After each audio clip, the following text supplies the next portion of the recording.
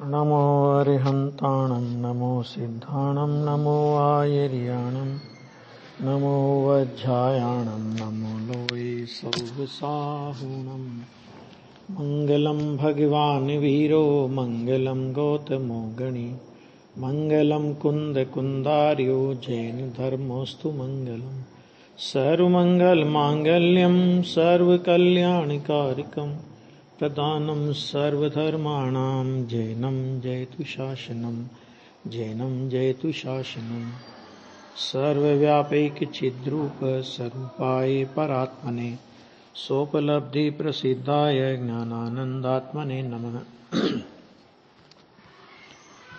प्रवचन सार में चरणानुयोग सूचक चूलिका के अंतर्गत मोक्ष मार्ग का प्रज्ञापन समाप्त हो गया। अब इसके बाद इस चरणानुयोग सूचक चूलिका का अंतराधिकार जो कि शुभोपयोग का प्रज्ञापन है उसमें, तो अभी आचार्य भगवान कहते हैं अब शुभोपयोग का प्रज्ञापन करते हैं। मतलब शुभोपयोग का प्रकाशन, प्रज्ञापन कहो प्रकाशन कहो विज्ञापन कहो एक ही बात है, उसका प्रतिपादन कहो। उसमें प्रथम शुभोपयोगियों को श्रमण रूप में गौणतया बतलाते हैं। हाँ, मैं शुभोपयोगी दो तरह की बात आएगी ना, शुभोपयोगी श्रमण और शुद्धोपयोगी श्रमण। कल भी कहा था ये दो तरह के श्रमण माने दो व्यक्ति नहीं है, पहले तो ये समझ लेना बहुत अच्छे से। एक ही जीव में, सच्चे भावलिंगी संत में शुद्धोपयोग और उनकी भूमिका के अनुसार जो छठा गुण स्थान में विकल्प आता है, तो उसकी अपेक्षा से उन्हीं मुनिराज को शुभोपयोगी श्रमण कहा जाता है।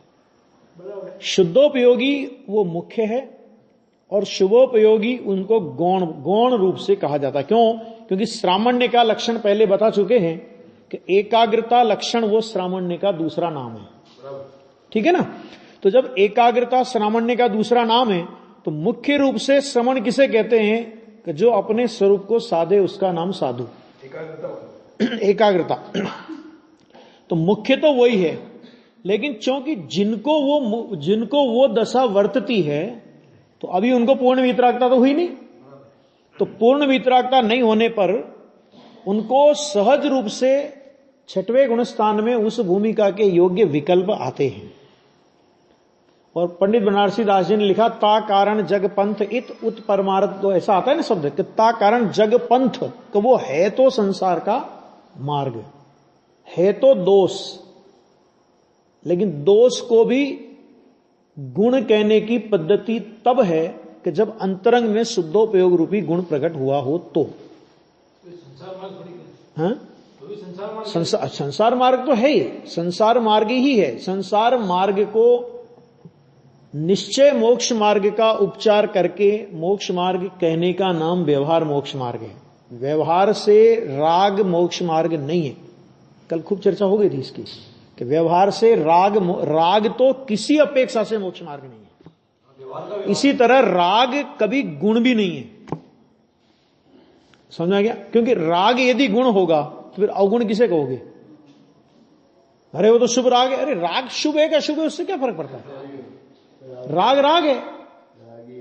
कोई मुर्दा जला तो कोई गरीब आदमी था बेचारे ने, उसने कूड़ा मतलब जो भी हल्की फुल्की लकड़ियां ला करके उसको जला दिया, और कोई अमीर आदमी हो तो चंदन की लकड़ियों से जला दे, उसमें क्या फर्क पड़ता है? जला किससे, उससे क्या फर्क पड़ा? जला है, बस बात इतनी है ना? तो शुभ राग है कि अशुभ राग है, उससे कोई फर्क नहीं पड़ता। शुभ राग भी जहां दोष है वहां अशुभ राग तो महादोष अपने आप सिद्ध हो गया, बराबर है। लेकिन वो दोष ऐसा है कि जो मोक्ष मार्गियों की भूमिका में भी होता है, और जब उस विकल्प की भूमिका में वे होते हैं तो उन्हें गौण रूप से श्रवण कहने में आता है। मुख्य श्रवण का लक्षण बताया था, एकाग्रता संचेतन का लक्षण बताया था। तो अभी ये शुभोपयोग और शुद्धोपयोगी श्रवणों का अधिकार चालू होता है।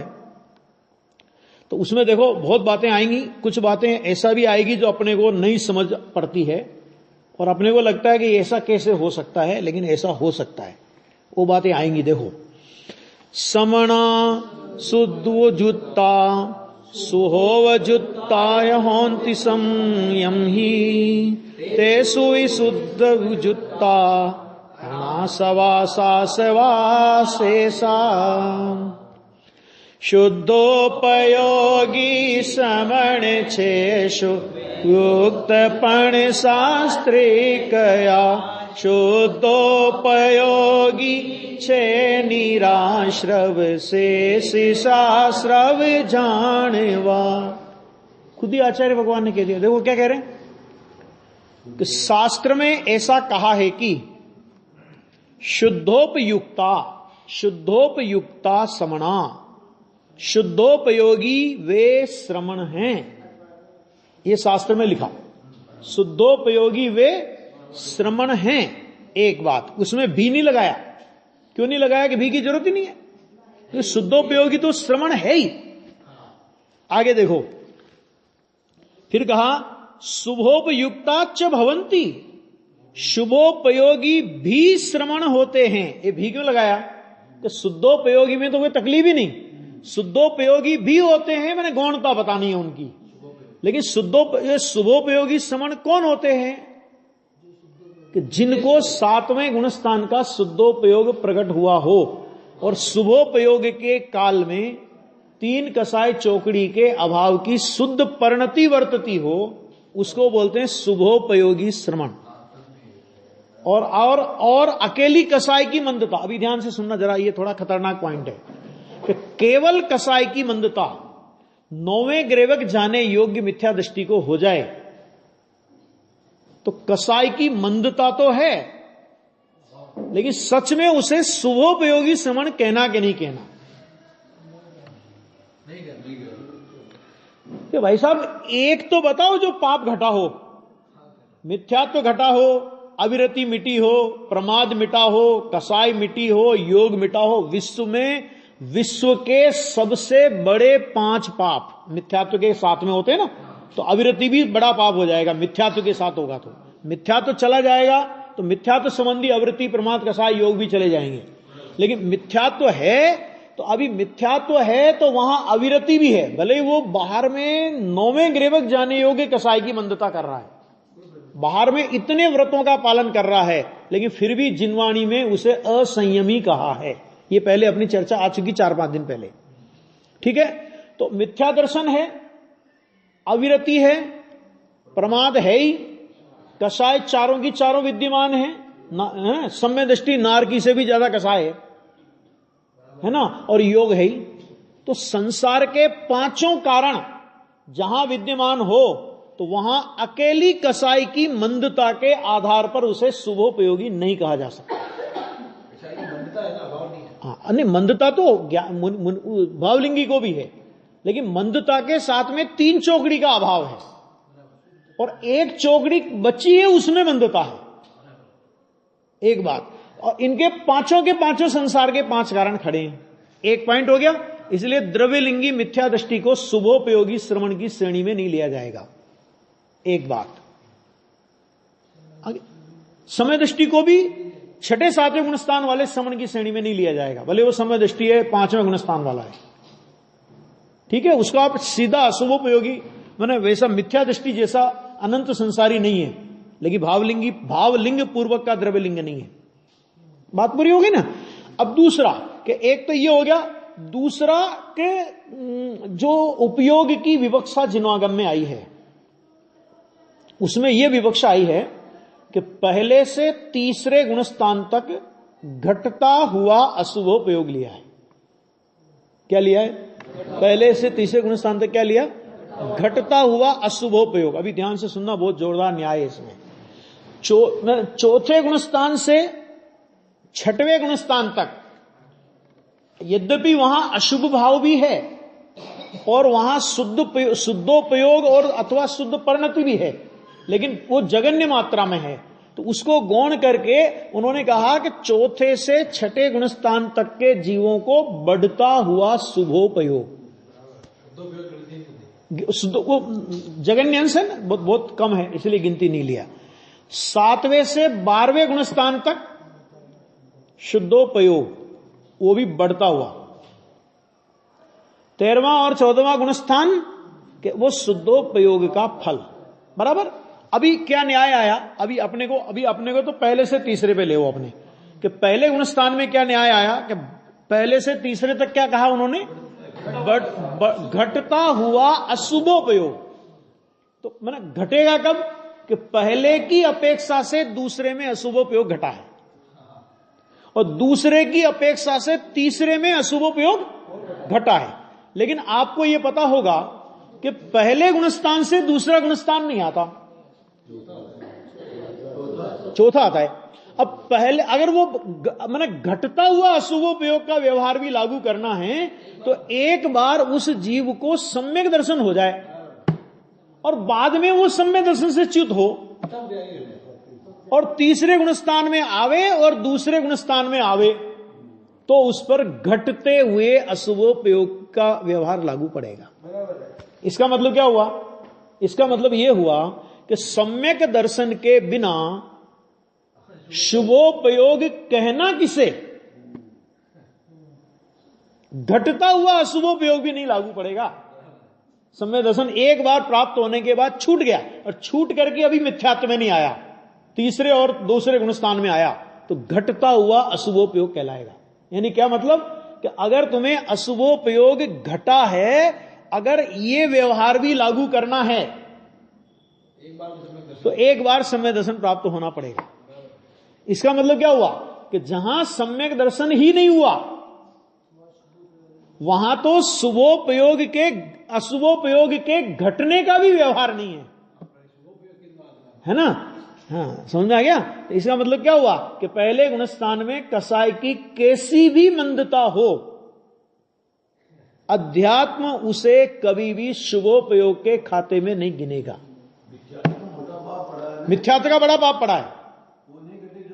हाँ, मिथ्यात्व का बड़ा पाप पड़ा है ना, तो उसको कौन गिने, उसको उसकी गिनती क्या है। समझ में आ गया कि नहीं आ गया ये बात। और एक बात और समझो कि अभी ये इसके लिए एक प्रमाण और बताता हूं। 137 नंबर का कलश है समय सार का, निकालो। ये तो समय सार निकालो है, देखो मेरे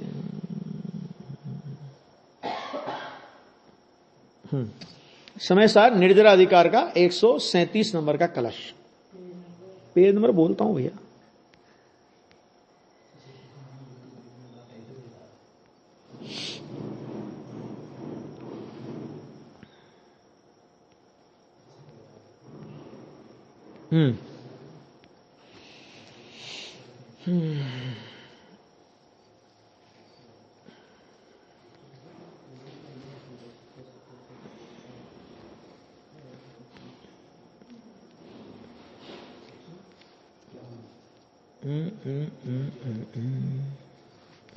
शुरुआत में है, निर्जरा अधिकार की शुरुआत में ही है वो।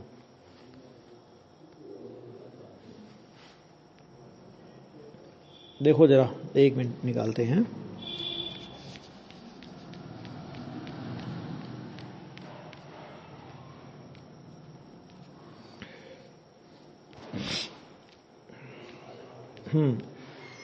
हाँ, ये निकालो।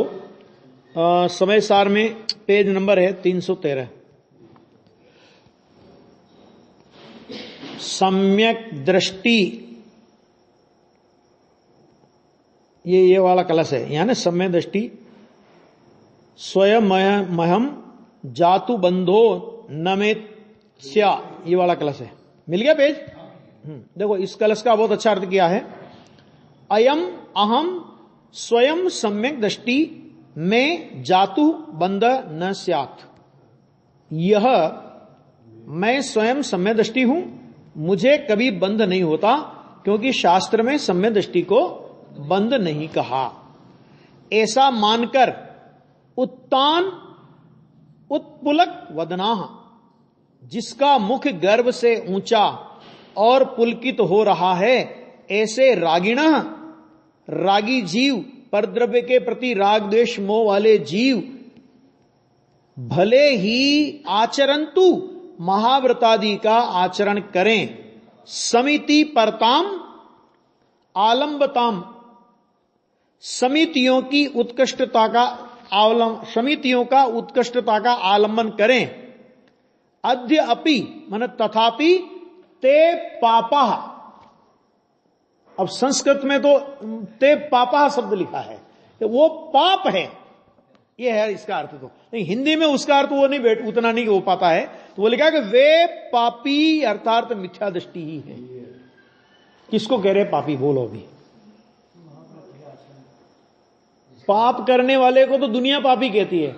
मिथ्या दर्शन के सद्भाव में उत्कृष्ट रूप से महाव्रतादि का आचरण करे, समितियों की उत्कृष्टता का आलम्बन करे, तो भी मिथ्या दृष्टि होने से उसे पापी कहा है।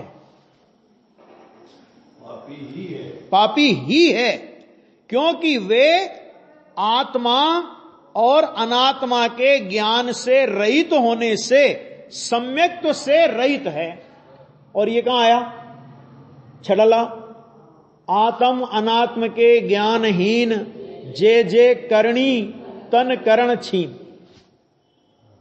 ते सब मिथ्या चारित्र त्याग। उसको मिथ्या चारित्र कहा वहां पे, कि आत्मा और अनात्मा के ज्ञान के बिना, यानी तत्व ज्ञान के बिना जो कुछ भी करता है, समझ के सारा ले लो, यम नियम संयम आप कियो, पुनि त्याग विराग अथाग लयो, वनवास रहो मुख मौन रहो, दृढ़ आसन पद्म लगाए दियो। बहुत सारे साधन गिनाए, और फिर बाद में लिखा यह साधन बार अनंत कियो, तदपि कछु हाथ हजू न पर्यो। अब क्यों न विचारत है मन से, कछु और रहा इन साधन से, बिन सदगुरु कोई न भेद लहे, मुख आगल है ये बात कहे। ये श्रीमद जी की कविता है। बोलो, इतना लिखा, क्योंकि सम्यक्त्व से रहित है ना। अब जो अगर कदाचित उसे पुण्यात्मा या पुण्यात्मा भी कहते हैं ना, तो पंडित जी साहब ने खुलासा किया, जयचंद जी साहब ने, कि चरणान योग की पद्धति में कहते हैं, अध्यात्म तो नहीं कहेगा। देखो ये आ गया। देखो, पर द्रव्य के प्रति राग होने पर भी जो जीव यह मानता है कि मैं समय दृष्टि हूं, मुझे बंध नहीं होता, उसे सम्यक्त्व कैसा? व्रत समिति का पालन भले ही करे, तथापि स्वपर का ज्ञान न होने से वह पापी ही है।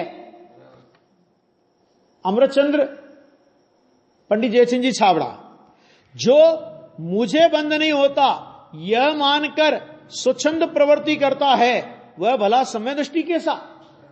ये दूसरे को लपेटा।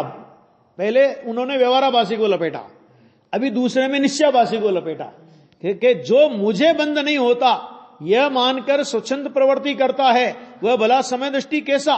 क्योंकि जब तक यथाख्यात चारित्र न हो, तब तक चारित्र मोह के राग से बंध तो होता ही है, और जब तक राग रहता है तब तक सम्य दृष्टि तो अपनी निंदा गरहा करता ही रहता है।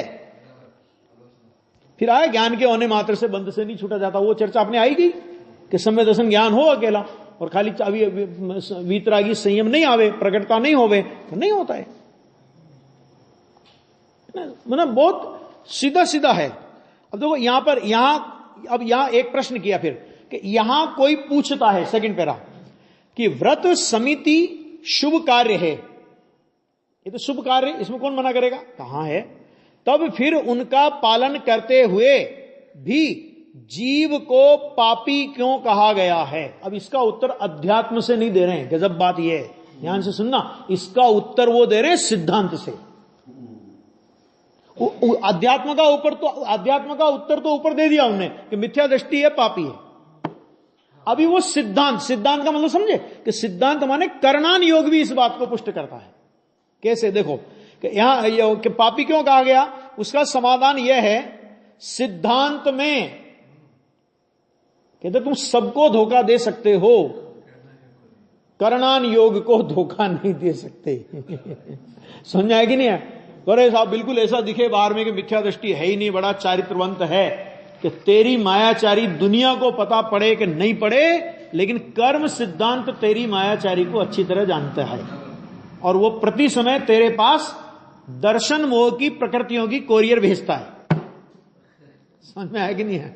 नहीं आती दर्शन मोह की प्रकृति है? चारित्र मोह में अनंतानुबंधी प्रकृति की कोरियर आएगी कि नहीं आएगी उसके पास? बोलो। घरे साहब व्रत समिति पालन, अरे तू कितना ही पालन कर ले भैया, क्योंकि अंतरंग परिणति का नाम है वास्तव में। तो ये कोई खाली बाहर के ये करने मात्र से कुछ हो जाएगा ऐसा कुछ नहीं है, अंतरंग परिणति नहीं हुई। तो सिद्धांत में मिथ्यात्व को ही पाप कहा है। और देखो मिथ्या दृष्टि है ना, कर्णान योग में गोमट सार में मिथ्या दृष्टि को पाप जीव कहा। यहां अमृतचंद्र आचार्य ने तो मूलतः तो पाप शब्द है, वो पापी तो हिंदी में अपन अर्थ करते हैं तो पापी बोलते हैं, नहीं तो उसका मूल शब्द आचार्य देव का है पाप। पापा वो पाप है। कौन? वो जीव ही पाप है। क्यों? क्योंकि जिसके पास पाप पाया जावे वो पाप, और पाप के संयोग से जीव को पापी कहा जाता है। तो वो कह रहे कि सिद्धांत में तो मिथ्यात्व को ही पाप कहा। क्यों पाप कहा मिथ्यात्व को? क्यों कहा कि मिथ्यात्व के छूटे बिना एक भी पाप छोड़ के बता दे कोई। अरे साहब हमने तो अहिंसा, सत्य, अचौर्य, ब्रह्मचर्य, अपरिग्रह, महाव्रत का पालन किया है।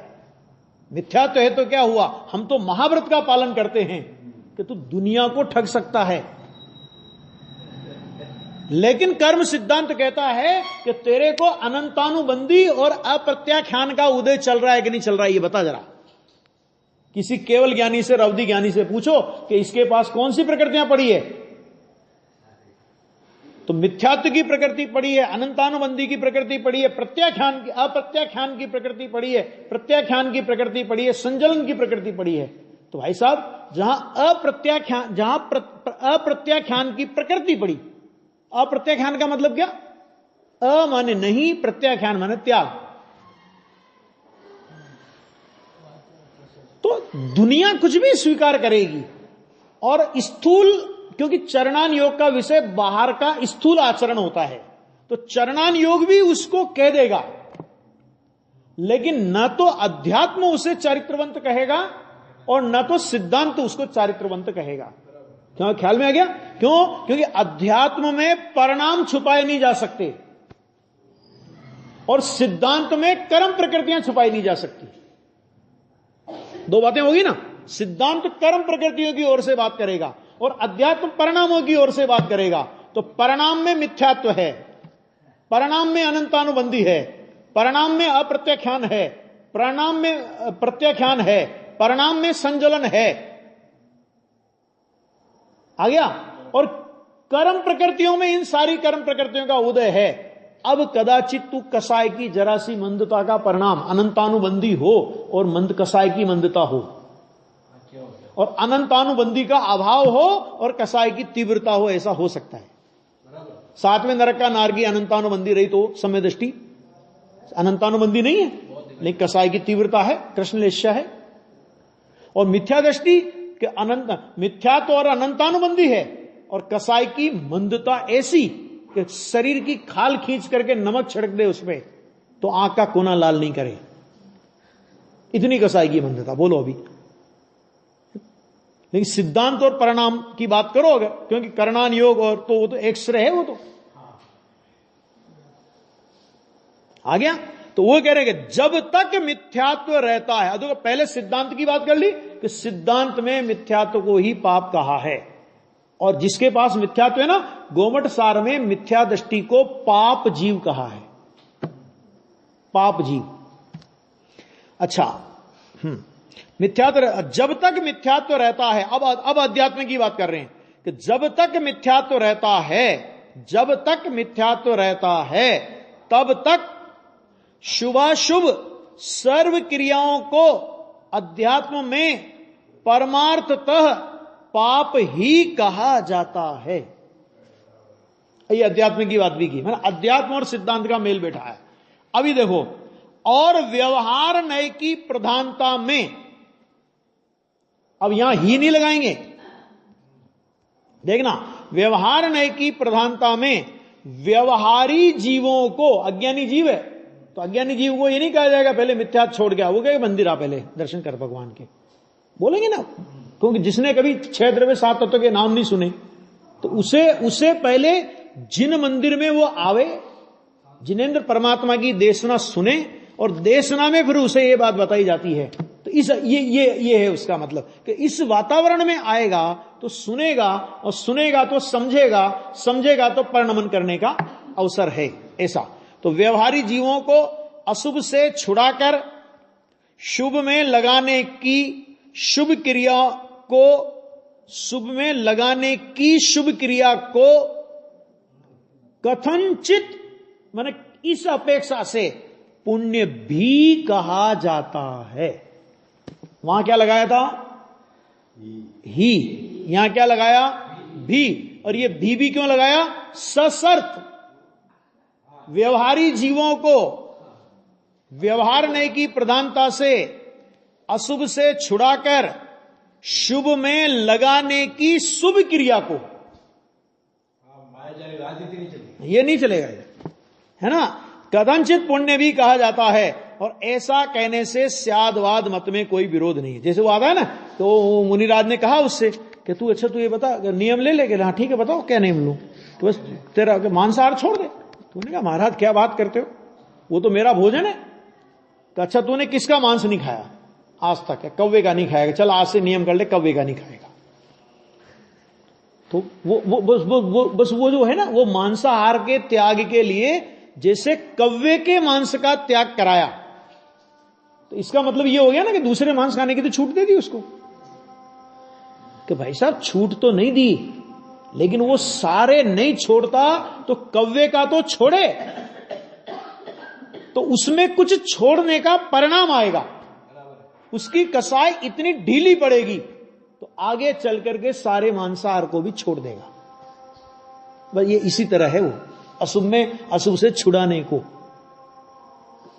है ना। तो मंदिर का ही ठिकाना नहीं होवे, स्वास्थ्य स्वाध्याय का ही ठिकाना नहीं होवे, चिंता, है ना। तो वहां से यहां लाने के लिए ये कर दो, ऐसा भी कहा जाता। ये आ गया, ये बात आ गई। तो देखो शुभोपयोगी भी श्रवण होते हैं। वापस में आ जाओ अपने। उनमें भी, किनमें?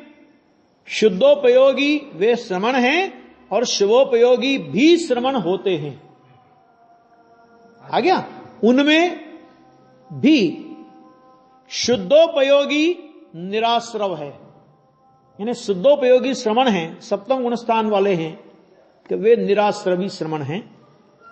शेष शास्त्रव है, अर्थात शुभोपयोगी आश्रव सहित हैं। आ गया। शुभोपयोगी को उस शुभोपयोग से कर्मों का संवर हो जाएगा। कहते इस भ्रम में कभी मत रहना। पंडित जी साहब ने लिखा है मोक्षमा प्रकाश, इसमें अपने कलश टीका के 110 नंबर के कलश में लिखा कि राग से अंश मात्र भी कर्म क्षय नहीं होता, और वीत राग भाव से अंश मात्र भी कर्म का बंध नहीं होता। पुरुषार्थ सिद्धि उपाय में यह बात कही कि जितने अंश में सम्य दर्शन है, सम्य ज्ञान है, सम्य चारित्र है, उतने अंश में बंध नहीं है, और जितने अंश में राग है उतने अंश में बंध है। 212, 213, 214 का था।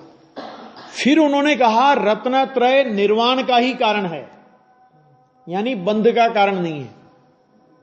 और दूसरा कहा रत्नत्रय ही निर्वाण का कारण है, यानी राग निर्वाण का कारण नहीं है। एक ही को इधर से इधर बदला, रत्नत्रय निर्वाण का ही कारण है, यानी बंध का कारण नहीं है। एक रत्नत्रय ही निर्वाण का कारण है, कि रत्नत्रय ही निर्वाण का कारण है, यानी राग कभी भी निर्वाण का कारण नहीं हो सकता, यानी राग निर्वाण का कारण नहीं हो सकता, और रत्नत्रय कभी भी बंध का कारण नहीं हो सकता। जब ये बात चली तो 219 नंबर की गाथा में आगे प्रश्न किया कि अगर रत्नत्रय निर्वाण का ही कारण है और रत्नत्रय ही निर्वाण का कारण है, तो इन रत्नत्रय धारियों को देवायु का बंध क्यों होता है? यानी सीधे सीधे अमृतचंद्र आचार्य से प्रश्न कर लिया कि साहब आप रत्नत्रय धारी हो और गारंटी से यहां से वैमानिक देव में जाओगे, तो फिर रत्नत्रय धारियों को देवायु का बंध क्यों होता है? निर्माण क्यों नहीं होता उनका? तो उसका जो उत्तर अमृतचंद्र आचार्य देव ने दिया बहुत जोरदार दिया कि रत्नत्रय निर्माण का ही कारण है।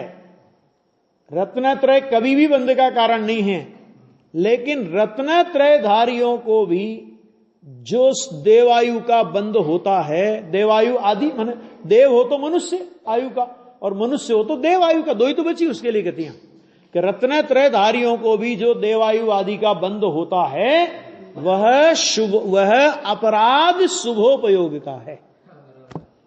अयम अपराध शुभोपयोग, ये मूल शब्द है आचार्य अमृतचंद्र देव के, कि वो अपराध शुभोपयोग, रत्नत्रय का अपराध नहीं है वो अपराध शुभोपयोग का। इसका मतलब क्या हुआ? तो अरे रत्नत्रय तो निरपराध परिणाम है, अगर कोई अपराधी परिणाम है तो वो शुभोपयोग और अशुभोपयोग है। पुण्य और पाप ये अपराधी परिणाम है, पुण्य और पाप कभी भी निरपराधी परिणाम नहीं हो सकते। ये बात आचार्य देव ने ये पुरुषार्थ सिद्धि उपाय जो लोग बोलते हैं ना कि ये बात श्रावकों को नहीं बतानी चाहिए, नहीं है, वो श्रावकाचार के ग्रंथ में अमृतचंद्र आचार्य देव ने ये बात कही है। क्यों? क्योंकि जैन दर्शन कोई वस्तु तत्व को छुपाने का काम नहीं करता है ना, स्पष्टता से जिन शासन के उस बात का प्रतिपादन करता है। देखो अभी टीका, न्याय बहुत है इसमें, लेकिन अभी अपन और भी गाथा आएगी ना, अपन और भी इसमें न्याय एक ही, बहुत सारे न्याय हैं वो लेते चलेंगे। देखो टीका, जो वास्तव में श्रामण्य परिणति की प्रतिज्ञा करके भी, क्या कहा? जो श्रामण्य परिणति की प्रतिज्ञा करके भी प्रतिज्ञा काय की थी कि स्वरूप में एकाग्र रहूंगा। क्योंकि ये बात आपको पहले बताई जा चुकी है कि मुनिराज की दीक्षा विधि में कभी भी 28 मूल गुण की प्रतिज्ञा नहीं होती। क्यों नहीं होती? क्योंकि देखो इसलिए नहीं होती कि प्रतिज्ञा जब भी होती है ऊंचा चढ़ने के लिए होती है, और 28 मूल गुण का परिणाम आएगा तो 7वें गुण स्थान से गिरने पर आएगा। तो गिरने के लिए प्रतिज्ञा करने की क्या जरूरत है? जो खड़े नहीं रह पाओगे तो गिर ही जाओगे, उसमें क्या तकलीफ है? जब स्वरूप में नहीं ठहर पाएंगे तो निचली भूमिका तो आ ही जाएगी। तो निचली भूमिका की प्रतिज्ञा नहीं होती, प्रतिज्ञा हमेशा उचली भूमिका की होती है कि स्वरूप में स्थिर होने की प्रतिज्ञा। और जिस समय दीक्षा विधि होती है उसी समय आचार्य देव इस बात का दिशा निर्देशन करते हैं कि भाई शुद्धोपयोग में यदि तुम नहीं रह पाओ तो अपवाद मार्ग के रूप में इन 28 मूल गुण आदि का पालन सुनिश्चित है, इससे बाहर तुम्हारी मर्यादा नहीं है। ख्याल में आ गया? तो वो यहां पे कह रहे हैं कि जो वास्तव में श्रामण्य परिणति की प्रतिज्ञा करके भी कसाय कण के जीवित अर्थात विद्यमान होने से, देखो कषाय कण लिखा है, इसका मतलब क्या है कि 3 चौकड़ी के तो अभाव हो गया, लेकिन अभी संजलन की विद्यमानता है ना, तो उसको बोला कसाय कण, यानी कसाय का ढेर मिथ्यात्व ये तो चला गया, लेकिन अभी संजलन की विद्यमानता है। तो कहते हैं कि वो विद्यमान होने से समस्त पर द्रव्य से निवृत्ति रूप से प्रवर्तमान ऐसी जो सुविशुद्ध दर्शन ज्ञान स्वभाव आत्म तत्व में परिणति रूप शुद्धोपयोग भूमिका। शुद्धोपयोग भूमिका कैसी है कि समस्त पर द्रव्य से निवृत्ति रूप से प्रवर्तमान है, यानी किसी भी पर द्रव्य का उस भूमिका को अवलंबन नहीं है। शुद्धोपयोग किसी पर द्रव्य का अवलंबन नहीं करता। तो ऐसी जो सुविशुद्ध, अच्छा उनका आलम्बन नहीं करता, ये तो नास्ति हुई। अस्थि क्या हुई कि सुविशुद्ध दर्शन ज्ञान स्वभाव आत्म तत्व में परिणति रूप है ना, लब्ध रूप नहीं, परिणति रूप शुद्धोपयोग भूमिका।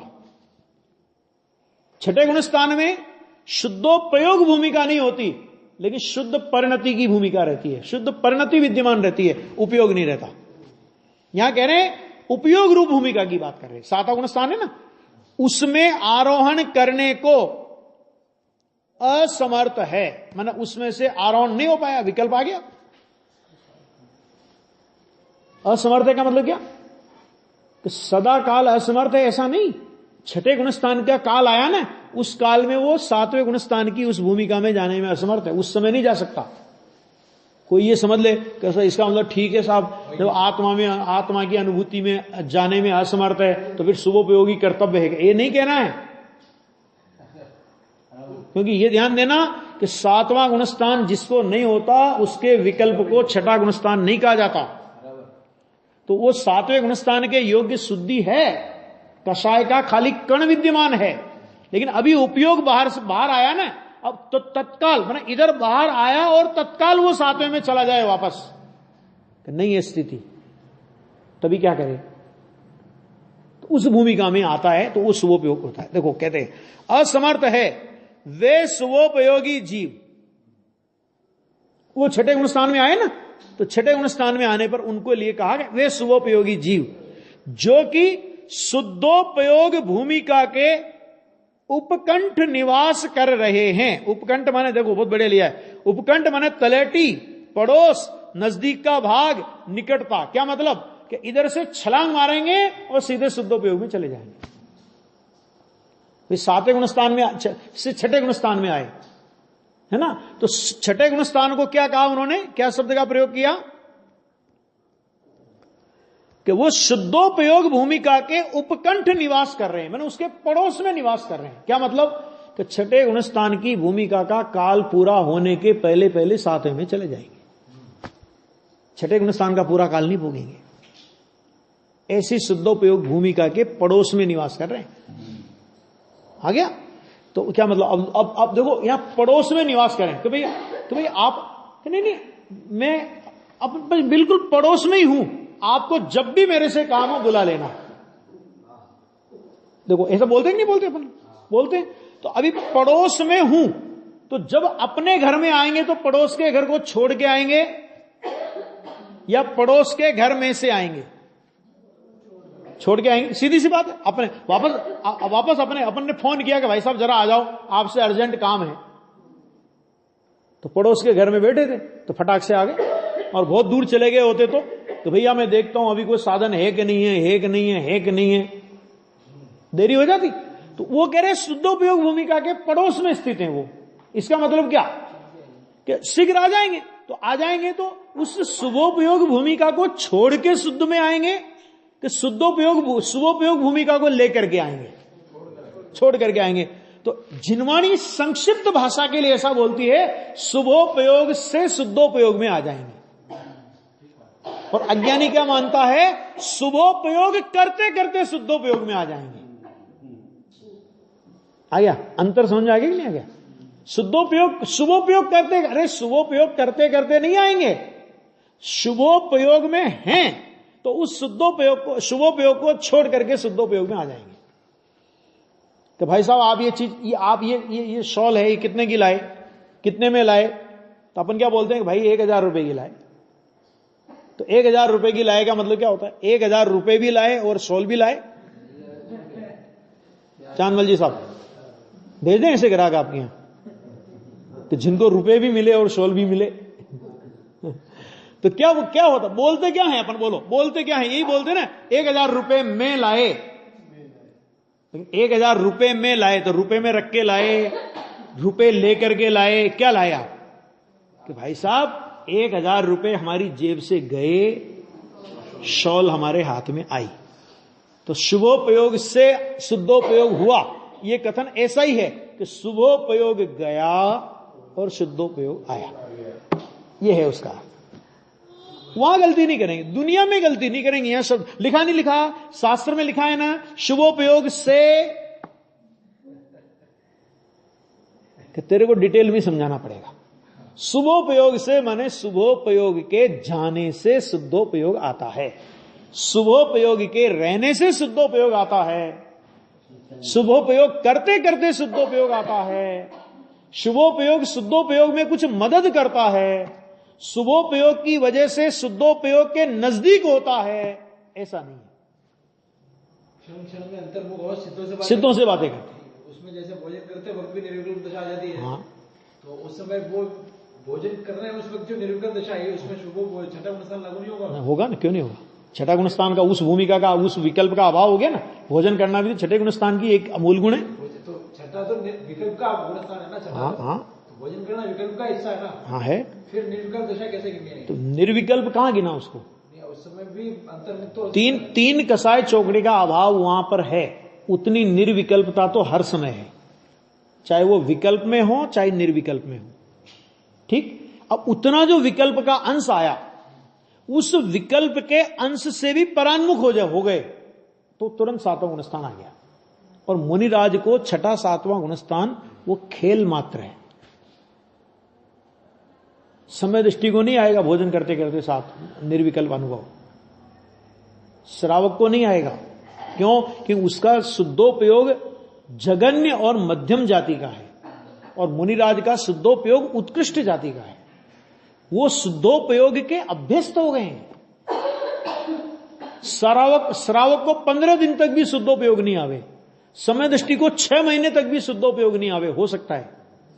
लेकिन मुनिराज को 60 मिनट शुद्धोपयोग नहीं आवे, ऐसा नहीं होता। तो अभ्यस्त हो गए ना वो तो जैसे होता है कि नहीं होता, समय शिखर पे अपन लोग चढ़ते तो अपने तो हाथ पैर फूल जाते, सांस फूल जावे, हाथ पैर फूल जावे, है ना।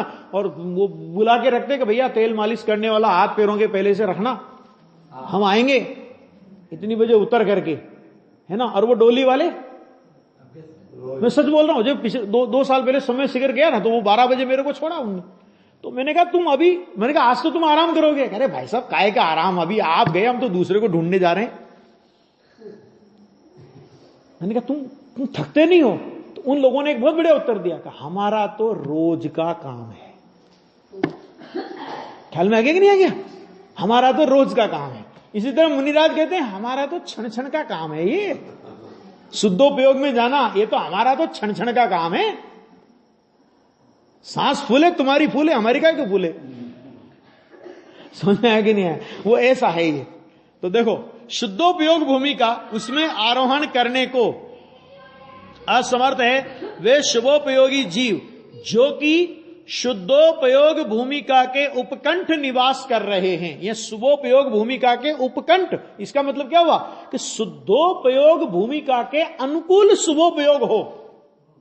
मुनिराज की भूमिका में देखो, अकेले शुभोपयोग की बात नहीं है, शुभोपयोग के अनेक प्रकार होते हैं। अब मुनिराज को ऐसा शुभोपयोग आवे कि मंदिर बनाने का काम करा रहे हैं मुनिराज खड़े खड़े, तो निर्विकल्प अनुभूति आएगी कि नहीं आएगी? कि मुनिराज का वो मंदिर बनाने का परिणाम शुभोपयोग में ही गिना नहीं जाएगा, है ना।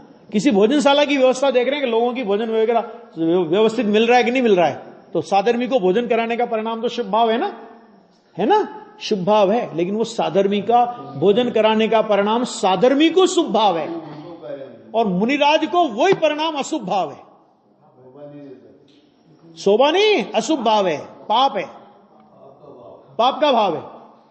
स्वयं आहार करने का विकल्प आवे तो स्वयं के लिए संयम की साधना आराधना के लिए करते हैं, मूल गुण में है। लेकिन किसी दूसरे को भोजन कराने का विकल्प, भोजनशाला देखने का विकल्प है ना, ये विकल्प आवे तो वो शुभोपयोग में नहीं गिना जाएगा। है ना, उसके पड़ोस में खड़े, पड़ोस का मतलब क्या कि उस भूमिका के योग्य शुभोपयोग हो तो वो शुभोपयोग काउंट होगा उसमें, नहीं तो नहीं होगा। स्टेटस है, हर आदमी का स्टेटस है। कलेक्टर झाड़ू लेके खड़ा हो तो कलेक्टर के लायक नहीं, समझ में आ गया। और चपरासी फाइल लेकर के कुर्सी पे बैठा हो तो चपरासी के काबिल नहीं। तो झाड़ू लगाना मेरा काम है क्या? मैं चपरासी हूं, चपरासी तो क्या काम करता है, क्या काम है? और कलेक्टर कहे भाई ये बहुत पुराना है, मैं तो अभी नया नया लगाऊं, कोई बात नहीं, ये नहीं लगा रहा तो मैं ही लगा लेता हूं, निकाल देंगे उसी समय उसे। हाँ, वो कितना ही पुराना हो, लेकिन वो चपरासी है तो चपरासी का काम करेगा। और ये नया आज आया हो तो भी ये कलेक्टर है। आ गया तो। और कसाई ने जिसकी शक्ति कुंठित की है, लो क्या गजब का लिखा, कहा क्या किया कि वो जो कसाय है ना, वो जो शुभराग है ना, तो उसने जिनकी शक्ति कुंठित की है, तभी तो छठे गुण स्थान में आए। शक्ति अगर उग्र होती तो सातवां गुण स्थान रहता। तथा जो अत्यंत उत्कंठित मन आतुर मन वाले हैं, वे श्रमण है या नहीं यह यहां कहा जाता है ना। ये बात यहां पे कहते हैं, तीन बातें पूरा हो गया। तीन बातें कि कसाय ने जिनकी शक्ति कुंठित की है, शुद्धोपयोग भूमिका में निवास कर रहे हैं, और कसाय ने जिनकी शक्ति कुंठित की है, तथा जो अत्यंत उत्कंठित मन आतुर मन वाले हैं, वे श्रमण हैं या नहीं, यह यहां कहा जाता है ना। अब इसमें आगे इसी का थोड़ा विस्तार है, वो अपन कल की स्वाध्याय में लेते हैं।